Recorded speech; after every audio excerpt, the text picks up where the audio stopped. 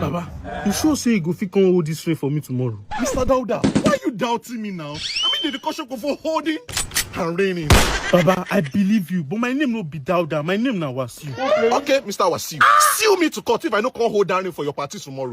Baba, you sure? Oh yeah, wait, make I tell you one secret. Apart from say I dey hold rain, for this Lagos, I mean the cause hold up because nothing where I know they hold. Baba, you go hold on. No, they make shit they hold me. Last I go come they go. You mean they go? The 1 million for the work don't enter.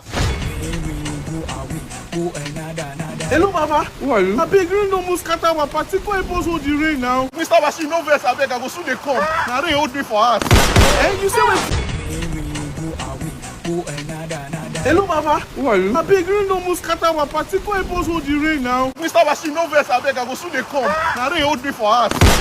You say what? I say rain hold me for us, rain hold me for us. You are a very bad boy.